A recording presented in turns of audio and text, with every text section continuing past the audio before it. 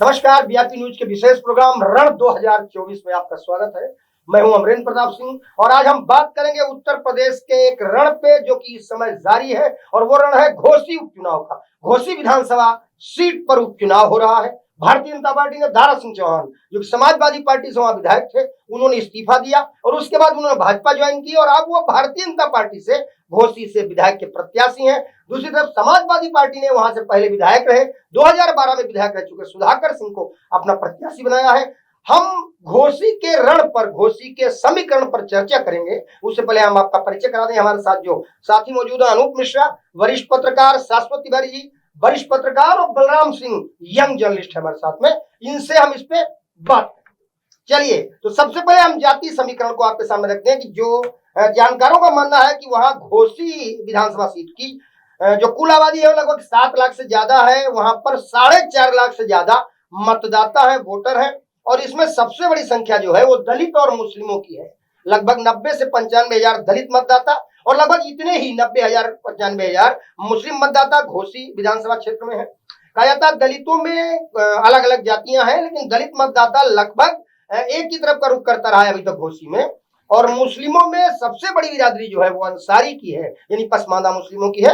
और इसके अलावा वहां पर एक बड़ी संख्या में एक चौहान बिरादरी, जिससे दारा सिंह चौहान आते हैं, जिनको लोनिया समाज कहा जाता है, लोनिया चौहान, उनकी बड़ी संख्या है। इसके बाद जाटो हैं, वहां पर धोबी हैं, खटीक हैं, पासी हैं। इस प्रकार से कह सकते हैं हम कि दलित और पिछड़े वर्ग के मतदाता वहां पर बड़ी संख्या में है और कहीं न कहीं दलित मतदाता ही निर्णायक भूमिका में है। कहा जाता है पिछड़े वर्ग से जो 50,000 के आसपास राजभर मतदाता है, 45,000 50,000 नोनिया चौहान है, करीब 20,000 मल्लाह और निषाद हैं, 40,000 यादव हैं और इसके बाद कोयरी भी बड़ी संख्या में है, प्रजापति बड़ी संख्या में है। क्षत्रिय जहां से सुधाकर सिंह जिस समाज में आते हैं उसके भी 15,000 के आसपास मतदाता है, लेकिन ये बड़ी संख्या नहीं है। नोनिया चौहान जिससे दारा सिंह चौहान आते हैं उसका लगभग 45 से 50,000 मतदाता है। अब कहा यह जा रहा है कि दलित अंत में जिसके साथ होते हैं घोसी में वही बाजी मारता है और इसी तहत लंबे समय से वहां फागू चौहान, दारा सिंह चौहान को भी मौका विधायक बनने का मिला है। क्या होगा, बात शुरू करेंगे अनूप मिश्रा जी। अनूप जी, घोसी का रण जीप से ही धुलेगी स्याही के दाग, क्या होगा दारा सिंह चौहान? देखिए, जिस तरीके से घोसी में उपचुनाव घोषित हुआ है, वहां पे दारा सिंह चौहान समाजवादी पार्टी को छोड़ करके भारतीय जनता पार्टी की उन्होंने सदस्यता ग्रहण की है। इसके बाद वहां पे उपचुनाव हुआ है। उपचुनाव में जो समाजवादी पार्टी ने सुधाकर सिंह को टिकट दिया है और भारतीय जनता पार्टी से दारा सिंह चौहान है। अब सबसे बड़ा दिलचस्प मुकाबला ये हो गया है कि कांग्रेस ने आज ही वहां पर एक घोषणा कर दी है कि वो इंडिया गठबंधन, जो कि उनका गठबंधन बना है, उस पर समर्थन देंगे और कांग्रेस वहां पर अपना जो है उम्मीदवार नहीं उतारेगी। इस पे कहीं ना कहीं समाजवादी पार्टी को फायदा होता दिख रहा है। लेकिन दूसरी तरफ अगर जो चुनाव की बात की जाए, अभी वहां पे निर्णायक वोट की बात की जाए तो जहां पे मुस्लिम वोट बैंक अच्छा खासा है, जिसमें से अंसारी समाज आता है, इसके बाद दूसरा जो है लोनिया समाज भी आता है और आपका जो है जो फागू चौहान जिसके दलित ओबीसी नेता हैं, बड़े नेता माने जाते हैं उस क्षेत्र में। इसके बाद निषाद आता है और निषाद साथ में राजभर, करीब 56,000 वोट राजभर की है और राजभर का इस बार एनडीए के साथ गठबंधन हो चुका है। तो एक बड़ी दिलचस्प लड़ाई आपको वहां देखने को मिलेगी। ये पता चलेगा तो 5 तारीख को, लेकिन एक दिलचस्प लड़ाई जरूर होगी। लेकिन ये जरूर कहा जा सकता है कि घोसी में जो दलित और ओबीसी जिस तरफ मुड़ता है, जिसमें दलित की खास बात होती है, वही जो है विजय सिंह को प्राप्त करता है। शाश्वत तिवारी जी, आप वरिष्ठ व्यक्ति हैं, आपने बहुत सारे चुनाव देखे हैं। घोसी का एक कैलकुलेशन है, घोसी वहां से बहुत बार फागू चौहान जो कि अभी राज्यपाल है मेघालय में, वो वहां से विधायक हुए। दारा सिंह चौहान भी वहां से विधायक हुए। पहले जब वो सीट घोसी नहीं थी, नथुपुर कहा जाता था, तब वहां सुधाकर सिंह विधायक हुए। 2012 में अंतिम बार सुधाकर चुनाव जीते थे। उसके बाद फिर दारा सिंह चौहान को मौका मिला। दारा सिंह चौहान ही अभी वहां विधायक थे, लेकिन समाजवादी पार्टी से विधायक चुन के आए थे। इससे पहले वो भारतीय जनता पार्टी में थे, भारतीय जनता पार्टी से मंत्री रहे, लेकिन फिर चुनाव के समय 2022 का जो चुनाव हुआ, चुनाव के समय उन्होंने पार्टी छोड़ी, उस समाजवादी पार्टी में गए, घोसी से चुनाव लड़े और जीते और अब उन्होंने सपा छोड़ करके वहां से इस्तीफा दिया और एक बार फिर भाजपा के कैंडिडेट के रूप में। आपको क्या लगता है, छत्री सुधाकर सिंह और नोनिया चौहान, दारा सिंह चौहान, इन दोनों के बीच में क्या होने वाला? घोसी किसकी होगी? घोसी शाश्वत तिवारी?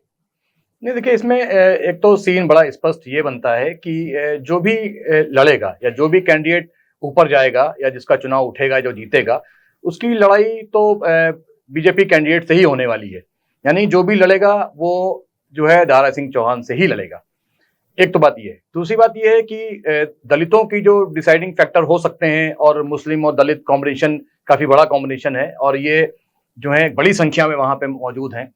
इनके जो पार्ट्स हैं और जो उनके जातियां और नीचे जातियां, वो सब मिला के अगर वो बात की जाए तो ये दोनों का कॉम्बिनेशन जो है, इस पे भाजपा ने भी बहुत काम किया है।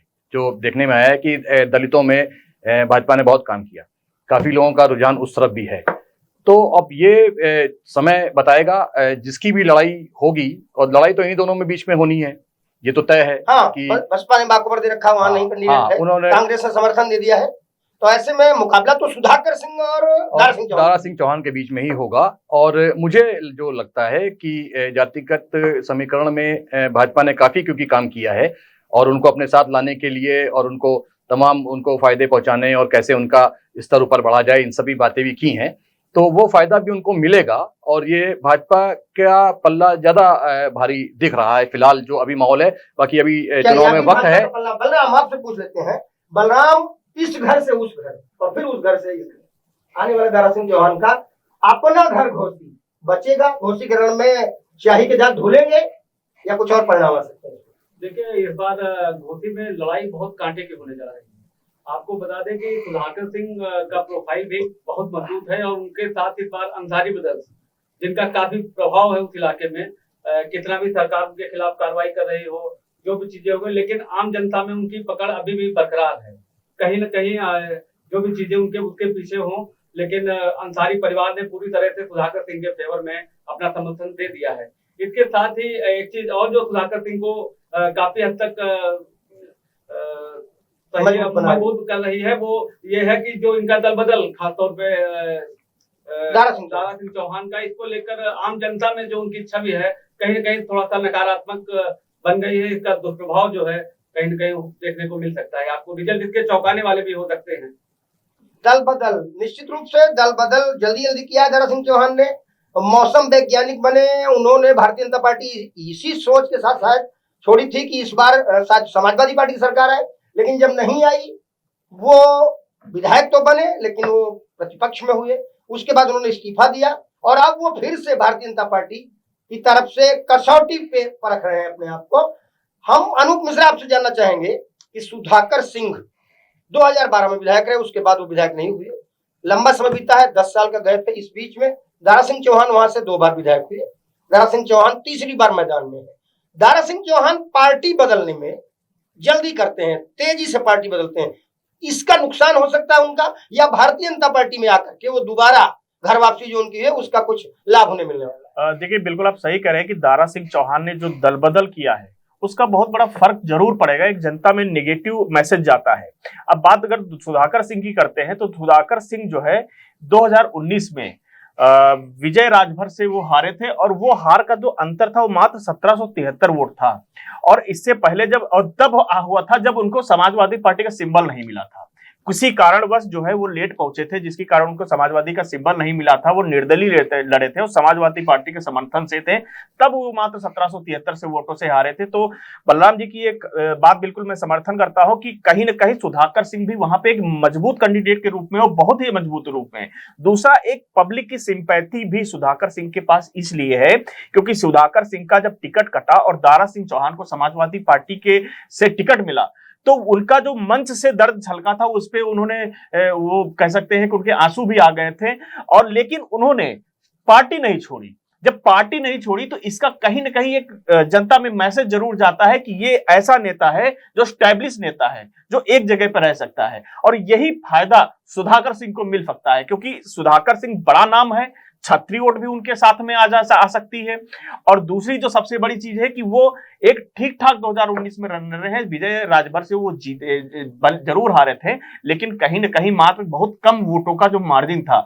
तो ये एक लड़ाई बहुत ही निर्णायक हो सकती है, बहुत ही कड़ी लड़ाई हो सकती है। लेकिन जो दारा सिंह चौहान के लिए जो एक बड़ी बात है, बड़ा फायदा हो सकता है, वो है निषाद वोट जिसपे हम लोगों ने बात नहीं की, निषाद वोटिंग भी वहां पे एक बड़ा फैक्टर है। संजय निषाद जो कि एनडीए के गठबंधन के साथ में है, और संजय निषाद एनडीए गठबंधन के साथ में है, और सुहेलदेव सुभाषपा भी एनडीए के साथ में है, और दूसरा दारा सिंह चौहान की खुद की अपनी 55 से 56 हजार उनके समाज की वोट है। तो ये भी कहीं ना कहीं निर्णायक भूमिका में आ सकते हैं, और ये कहे जा सकते हैं कि लड़ाई कांटे की हो सकती है, इसको भी जो है नजरअंदाज नहीं किया जा सकता है। बिल्कुल बिल्कुल, आपने जो बताया निषाद वोट और राजभर वोट एक बड़ा फैक्टर है।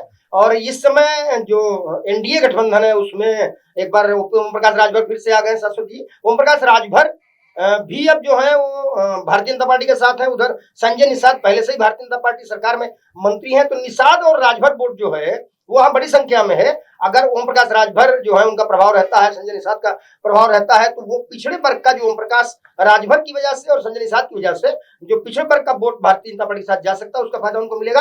उमेश पांडे एक नाम है, वहां बगल की सीट है मधुबन, उससे वो विधायक रहे हैं उमेश पांडे। और अभी परसों ही उन्होंने भारतीय जनता पार्टी, कल या परसों ही भारतीय जनता पार्टी को उन्होंने ज्वाइन किया है। भारतीय जनता पार्टी ने ऐसे समय उनको ज्वाइन कराया जब घोसी में उपचुनाव हो रहा है।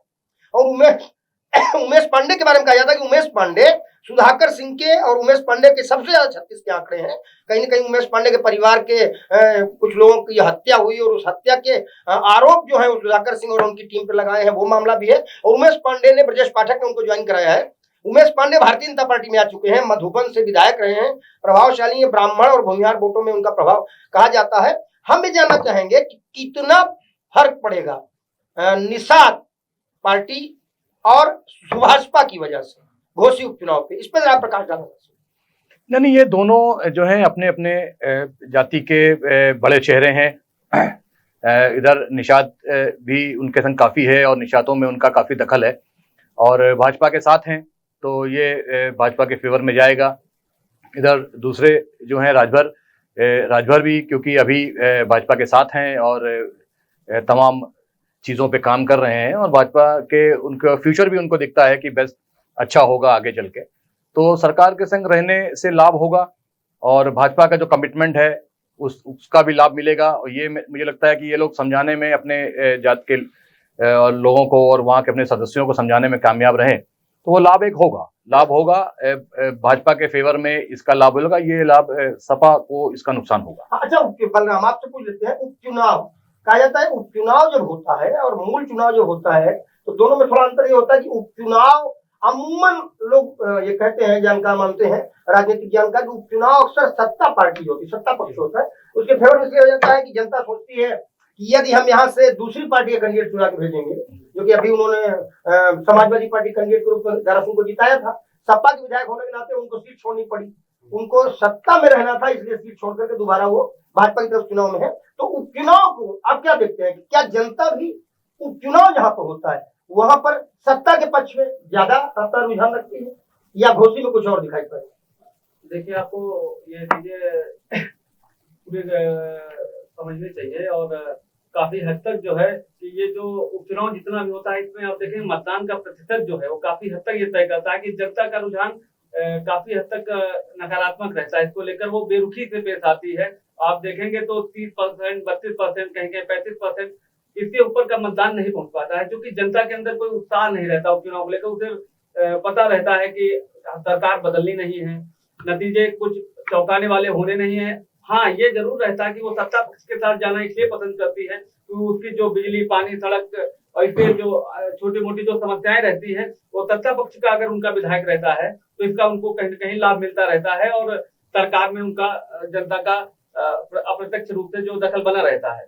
इसलिए जनता ये चाहती है कि हमारा जो है विधायक सत्ता पक्ष का ही अमूमन चुने, इसलिए उपचुनाव अमूमन यही मान लिया जाता है कि ये सत्ता पक्ष के ही हैं। लेकिन यहाँ पर घोसी में कुछ मामला बदला हुआ था, क्योंकि एक तरफ एनडीए 2024 के आम चुनाव से पहले एनडीए की रूपरेखा कहीं न कहीं यूपी में तय हो चुकी है और INDIA ने भी कमर कस ली है। आप जैसा कि अभी अनूप जी ने बताया कि कांग्रेस ने समाजवादी पार्टी के प्रत्याशी के समर्थन में वाकओवर दे दिया है। उन्होंने कहा कि यही प्रत्याशी को अपना समर्थन दे रहे हैं। तो इस तरीके के जो वही बसपा उपचुनाव से अमूमन दूर रहती है। आपको बता दें कि इसके पहले जो घोसी में चुनाव हुए थे उसमें बसपा प्रत्याशी ने 54 या 55 हजार कुछ वोट पाए थे। आप उनको कहाँ काउंट नहीं करते हैं? वो नहीं, दलित। बसपा को हम मानते हैं। बसपा क्योंकि एक समय पर बसपा दलितों की सबसे बड़ी पार्टी मानी जाती थी, दलित मतदाताओं ने सबसे ज्यादा उत्पन्न किया। लेकिन कांग्रेस का तो पिछले लंबे समय से घोषी क्या वहाँ पूर्वांचल में या उत्तर प्रदेश में कुछ ज्यादा दिख नहीं रहा। अभी पिछले चुनाव में भी 2 सीट, ऐसे में कांग्रेस का समर्थन देना न देना नैतिक रूप से तो दिख जाता है, लेकिन क्या क्या फर्क पड़ता है कांग्रेस के समर्थन देने से न देने से? क्योंकि चुनाव तो समाजवादी पार्टी और भारतीय जनता पार्टी के बीच में है। कहने के लिए एनडीए और इंडिया दोनों वहां लड़ रहे होंगे, लेकिन न तो वहां नीतीश आने वाले हैं, न वहां तेजस्वी आगे कुछ करने वाले हैं, और न वहां ममता बनर्जी आने। चुनाव तो वहां भारतीय जनता पार्टी और समाजवादी पार्टी यानी योगी आदित्यनाथ के चेहरे पर और अखिलेश यादव के चेहरे पर कैंडिडेट चुनाव लड़ रहे हैं, और खुद कैंडिडेट अपने चेहरे पर चुनाव लड़ रहे हैं। चुनाव क्योंकि 1 सीट का होता है तो कैंडिडेट खुद अपने चेहरे पर। ऐसे में दारा सिंह चौहान जो अभी विधायक थे और फिर विधायक बनने के लिए सामने है, और सुधाकर सिंह जो कभी विधायक रहे, उनके बीच जो मुकाबला है उसमें आप क्या मान के चलते हैं? कितना प्रभाव होगा अल्पसंख्यक मतदाता? चलिए इस पे हम बात लेते हैं अनुप जी। अल्पसंख्यक मतदाता जिसमें सबसे बड़ी संख्या में अंसारी हैं, मऊ जिला है, मुख्तार अंसारी उनके भाई अफजाल अंसारी वहां से बड़े राजनीतिक घर उनको कहा जाता है। लेकिन पिछले कुछ समय से भारतीय जनता पार्टी सरकार ने ढहाया है उनका जो प्रभाव का किला है, प्रभाव क्षेत्र उनका कम हुआ है। खुद उनके बेटे घोसी से चुनाव लड़े थे और जीत नहीं पाए थे, वो अब्बास अंसारी वहां से हारे थे। ऐसे में आप क्या मानते हैं, क्या अंसारी वोटर मुख्तार अंसारी या उनके परिवार से प्रभावित हो सकता है? और अभी अंसारी है किस पार्टी के कनेक्टेड, ये भी जरा देखने की बात। देखिए अभी अगर वर्तमान में देखा जाए तो जो विधायक अब्बास अंसारी हाँ, विधायक वो पार्टी सुभाषपा से है, भाजपा तो भाजपा के साथ और सुभाषपा भाजपा के साथ है। तो ये जरूर कहा जा सकता है, ये तो तय है कि अब्बास अंसारी कहीं ना कहीं भाजपा के ही विधायक माने जाएंगे। वो जरूर इस बात को जो है नकारते हैं कि वो झंडा समाजवादी पार्टी का लगाते हैं, और ओम प्रकाश राजभर इसको कई मंचों से कह भी चुके हैं कि हमने दबाव में उनको टिकट दिया था जो है अखिलेश यादव के, हमारा उसमें कोई रोल नहीं और हमारे वो विधायक नहीं है। इस बात को कई सार्वजनिक मंचों से कह चुके हैं। लेकिन दूसरी जो आपने ये बात कही कि क्या उनका दबाव रहेगा, क्योंकि अंसारी बंधुओं का उस क्षेत्र में ठीक ठाक दबाव माना जाता है। क्योंकि जो पसमानदा समाज को लेकर के भारतीय जनता पार्टी एक कैंपेन चला रही, कई सारे उनके कार्यक्रम किए गए हैं। पसमानदा समाज से जो एक दानिश आजाद अंसारी जो वहां के जो मंत्री भी हैं उत्तर प्रदेश सरकार में, तो उसका प्रभाव जरूर पड़ता। लेकिन अभी वर्तमान में कहीं ना कहीं ये जरूर एक मैसेज जो है मुस्लिम समाज के बीच है और अंसारी समाज के बीच है कि जिस तरीके से उत्तर प्रदेश सरकार की जो माफियाओं पे कार्रवाई हुई है, जिसमें जो है मुख्तार अंसारी का बड़ा नाम आया है, उनके ऊपर बड़ी कार्रवाई हुई है, इससे एक नाराजगी जरूर हो सकती है अंसारी समाज और मुस्लिम समाज के प्रति, जिसका फायदा समाजवादी पार्टी को मिल सकता है।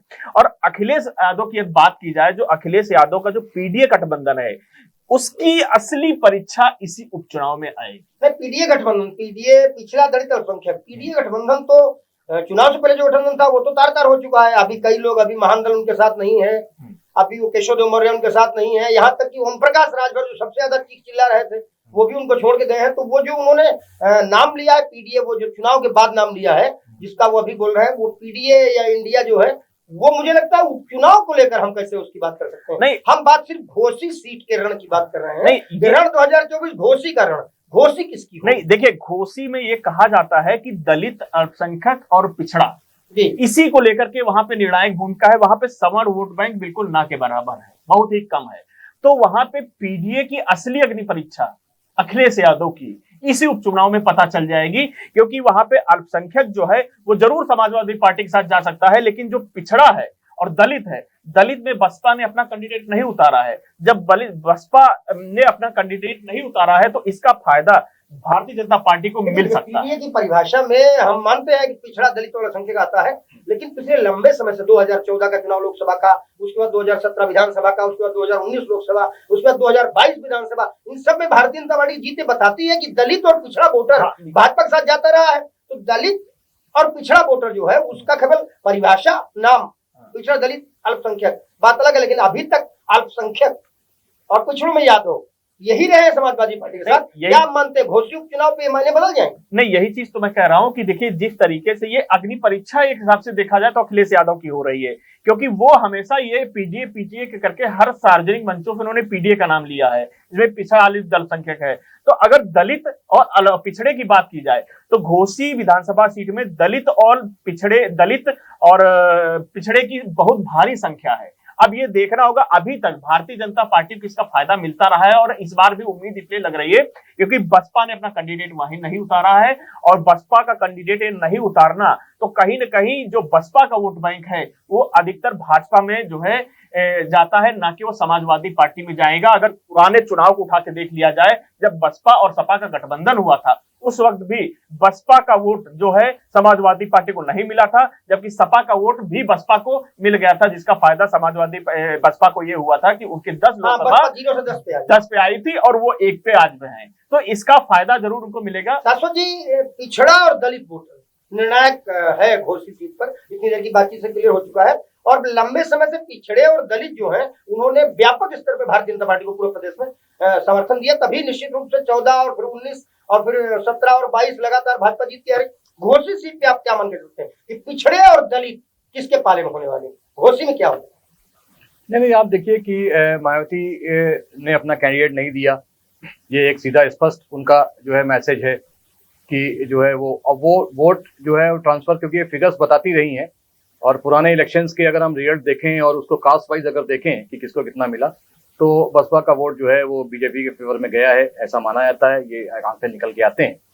तो ये वोट जो है अभी इनको अभी तक जो रुझान है आज की डेट में करें, अभी वोटिंग में समय है और वोटिंग का परसेंटेज क्या होगा वो अगर वो 50% से ऊपर जाता है तब कुछ और मायने होंगे, और 50 से अगर नीचे रहता है मतदान का प्रतिशत तब भी उसके मायने कुछ और निकलेंगे। तो अभी इस पे अध्ययन की आवश्यकता है, और अभी तक मुझे लगता है कि इसका दलितों का और जो है मुस्लिम्स का रुझान जो है वो रूलिंग पार्टी के साथ, जैसा कि बाई इलेक्शंस में होता है कि रूलिंग पार्टी की ही सीट फेवर में रहती है और लोग वहां पसंद करते हैं कि रूलिंग पार्टी से उनको अपने पर्सनल लाभ और क्षेत्र के विकास के अगर इश्यूज को कर देखें। तो ये अब दलित जो है अभी तो लग रहा है कि उसका है रुझान, लेकिन अभी समय है, थोड़ा टाइम है, धीरे धीरे परिस्थितियां बदल भी सकती हैं, तो ये अभी देखना होगा। अच्छा, मतलब आप बता दीजिए जरा जल्दी में, आखिरी बात आपके लिए। मुस्लिम मतदाता 90,000 से 95,000 है, जिसमें 50,000 से ज्यादा यानी 50% से ज्यादा जो है वो अंसारी है, अंसारी यानी पसमानदा समाज से।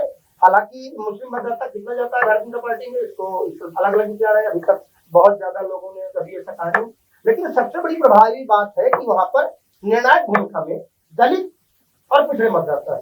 तो पिछले लंबे समय से जैसा कि दलित और पिछड़े भाजपा के साथ गए, हालांकि पूर्वांचल में थोड़ा मऊ में खासकर और गाजीपुर में थोड़ा अलग भी हुआ, उसके परिणाम भी दूसरे देखने को आए। आपको क्या लगता है कि घोसी में जब बहुजन समाज पार्टी का कैंडिडेट नहीं है, कांग्रेस का भी कैंडिडेट नहीं है, हालांकि कांग्रेस कैंडिडेट होने न होने से ही क्या फर्क पड़ता, ऐसे में हम एनडीए और इंडिया गठबंधन की बात नहीं करें, हम वहां सपा और बीजेपी की बात करेंगे।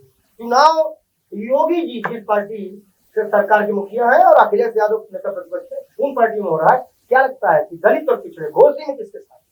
देखिए, जहाँ तक दलितों की बात है, दलित तो मेरा अपना मानना है कि करीब 80% के आसपास जो दलितों में जातियां हैं वो कहीं न कहीं भाजपा में शामिल हो चुकी हैं या वो भाजपा को वोट कर रही है। पिछले चुनाव में देखने को भी मिला जिस प्रकार से बसपा का वोट प्रतिशत लगातार कम होता जा रहा है। पिछले विधानसभा चुनाव में 12% ही इनका बसपा का वोट बैंक बचा था।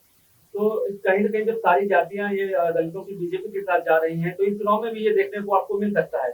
इसके साथ ही वहां पर राजभर और निषाद ये भी पिछड़ों में प्रमुख वोटर हैं, और तीसरा ये लोनिया समाज जिसके दारा सिंह चौहान जी जिसका प्रतिनिधित्व करते हैं, तो कहीं न कहीं ये आप ये मान सकते हैं कि पिछड़ों का बहुसंख्यक वोट जो है बीजेपी के साथ जाएगा, क्योंकि गैर यादव ओबीसी जो है वो कहीं न कहीं लगातार बीजेपी को वोट कर रहा है। आप पिछले चुनाव से भी ये आंकड़ा देख सकते हैं। अब मुसलमानों की अगर वहां पे बात करें तो शिया मुसलमानों की संख्या ठीक ठाक है और शिया बीजेपी का परंपरागत वोटर माना जाता है। ये आप जहां जहां भी शिया मौजूद है, लखनऊ में आप कई सीटों पे देख सकते हैं। इसके अलावा मोदी में भी आप देखिए तो कहीं न कहीं बीजेपी कैंडिडेट को इस चीज का लाभ मिल सकता है कि शिया वोटर वहां पर बीजेपी के फेवर में जा सकता है। अनूप जी, उन्होंने बोला कि शिया वोटर वहाँ एक अच्छी संख्या में है और वो शिया को मानते हैं कि वो भारतीय जनता पार्टी के पक्ष में रहा है। लखनऊ में भी कुछ शिया वोटर हैं जिनके बारे में कहा जाता है कि भाजपा को समर्थित करते हैं अटल जी के समय से ही। घोसी में हम शिया पर बात करने के बाद बात करेंगे कि घोसी में पिछड़ों की जो सबसे बड़ी संख्या की मतदाताओं की है वो दलित और पिछड़े। हम पिछड़ों पर बात करें, पिछड़ों में निषाद, पिछड़ों में राजभर, पिछड़ों में नोनिया समाज या नोनिया चौहान जो है वो, और उसके बाद दलितों में कोयरी समाज के जाटो और अन्य बिरादरी।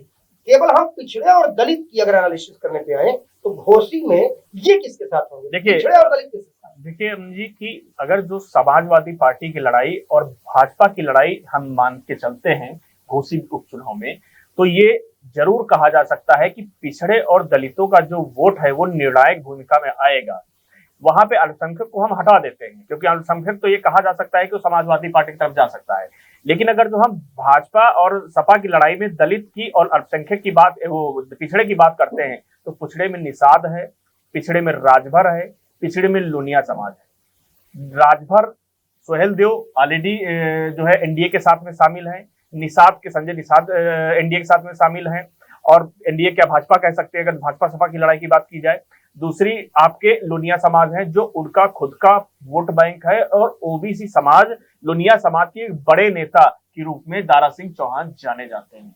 तो ये, और जो भाजपा का जो वोट है दलित वोट बैंक, जो समाजवादी पार्टी की तरफ न जा करके जो है वो भाजपा की तरफ जाने की उम्मीद इसलिए दिख रही है क्योंकि बाई इलेक्शन है और जो रूलिंग पार्टी है उसी को वोट करते हैं। चलिए, बाई इलेक्शन है, आखिरी आप सबका कमेंट लेंगे हम, बस आधे मिनट में बताइए कि क्या स्याही के दाग धुलेंगे जीत से, इसकी उम्मीद है, या दारा सिंह चौहान के साथ इस बार खेल हो जाए?